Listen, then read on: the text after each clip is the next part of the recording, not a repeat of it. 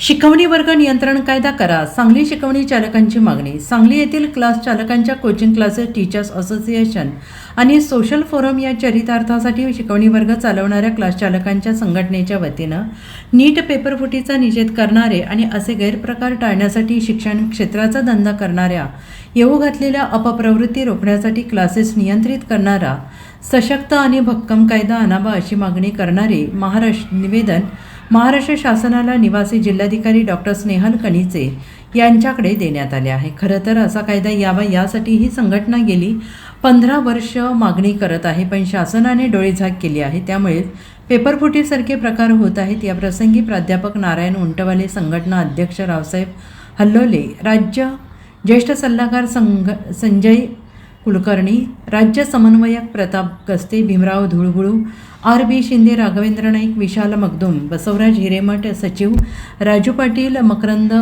उपळावीकर, सूर्यकांत तवटे, विनायक ढवळे, सुनील कुलकर्णी, विशाल लोहार आदी मान्यवर आणि क्लास चालक उपस्थित होते. इथं जिल्हाधिकाऱ्यांना निवेदन देण्यासाठी आलेलो आहोत.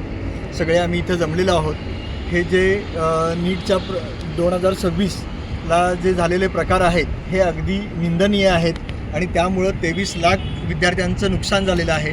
या नुकसानाच्या पाठीमागे फक्त एकच गोष्ट प्रामुख्याने जर आपण बघितली तर जे इंटिग्रेटेड क्लासेस आहेत, इंटिग्रेटेड कॉलेजेस आहेत, आत्ता परिस्थिती अशी आहे की सांगलीतलं जर तुम्ही उदाहरण घेतलं तर सांगलीतले सगळे जे गव्हर्मेंट कॉलेज आहेत ते गव्हर्मेंट कॉलेज बंद पडायच्या परिस्थितीला आहेत आणि त्यामुळं जर याच्यावरती कडक निर्बंध जर शासनाने आणले नाहीत तर भविष्यामध्ये 1-2 वर्षामध्ये जे काही गव्हर्मेंट कॉलेजेस आहेत ते सगळे बंद पडू शकतील आणि या अशा इंटिग्रेटेड क्लासेसमुळे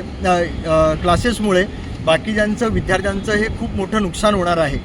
आणि तर फक्त जर कोचिंग क्लासेसच चालवायचे आहेत तर कॉलेजच्या व्यतिरिक्त कॉलेज दिवसभर राहू दे, बाकीच्या वेळेत त्यांना काही कोचिंग क्लासेस घ्यायचे ते आम्ही घेऊ. Coaching classes teachers association and social forum जिल्हा सांगली सातत्याने क्लास चालकांच्यासाठी एक नियंत्रणाचा कायदा असावा या भूमिकेतून काम करते आहे.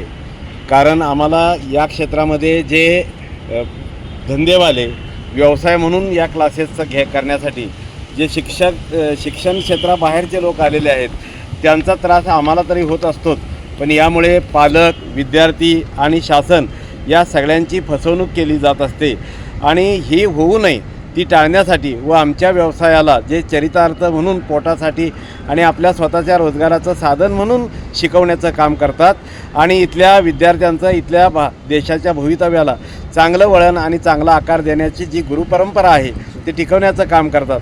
असे गुरु या गोष्टीमुळं बेकार व्हायला लागलेले आहेत आणि अशा दिखाऊ आणि भपकेबाजपणा करून असे मार्क मिळवून देण्याची पद्धत जी गैरमार्गाने आणल्यामुळे आमचे बरेचसे विद्यार्थी पालकसुद्धा या फसवणुकीला बळी पडत आहेत आणि आमचा व्यवसायही धोक्यात येतो आहे.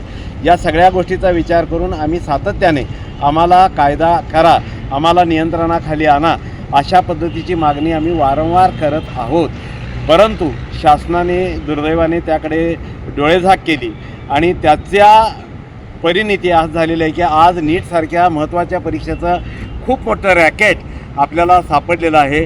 हा जर कायदा यापूर्वी झाला असता तर नक्की असं रॅकेट आपल्याला सापडलं नसतं, असा गैरप्रकार आपल्या क्षेत्रात आला नसता. तेव्हा आता तरी शासनाने जागे व्हावे आणि अशा पद्धतीचा नियंत्रणाचा कायदा आणावा. त्यासाठी सुप्रीम कोर्टाने दिलेले ज्या मार्गदर्शक सूचना आहेत त्याचं व आमच्या संघटनेने केलेल्या काही मागण्या आहेत या दोन्हीचा विचार केला जावा आणि त्याच्या माध्यमातून असा कायदा तयार केला जावा.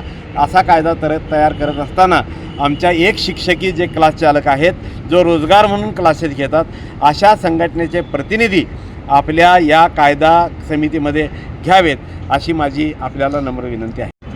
नुकत्याच नीट पेपरमध्ये पेपरफुटी आणि ह्या सगळ्या गोंधळामध्ये जो काही घाणेरडा प्रकार झालेला आहे त्याचा निषेध नोंदवण्यासाठी आम्ही आज सांगली जिल्ह्याच्या कलेक्टर ऑफिसमध्ये आलेलो होतो.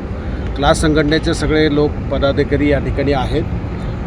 तर हे घाणेरडे प्रकार बऱ्याच दिवसापासून चालू आहेत असं लक्षात येतं. याच्यावरती सखोल CBIची टीम काम करत आहे आणि मला असं वाटतं की हे जे काय बाहेरून आलेले जे काय बी टेक झालेले लोक आहेत आणि ते जे काय या ठिकाणी क्लासेसमध्ये उतरलेले आहेत किंवा जे काय काही ठराविक लोकांनी क्लासेस चालू कुठलाही अनुभव नसताना हे क्लासेस रन करायचं ठरवलेलं आहे, त्याच्या माध्यमातून हे असले सगळे घाणेरडे प्रकार चालू आहेत. पूर्वी क्लासेस होते, इंडिव्हिज्युअल क्लासेस होते, सगळे चांगल्या पद्धतीनं चाललेले होते.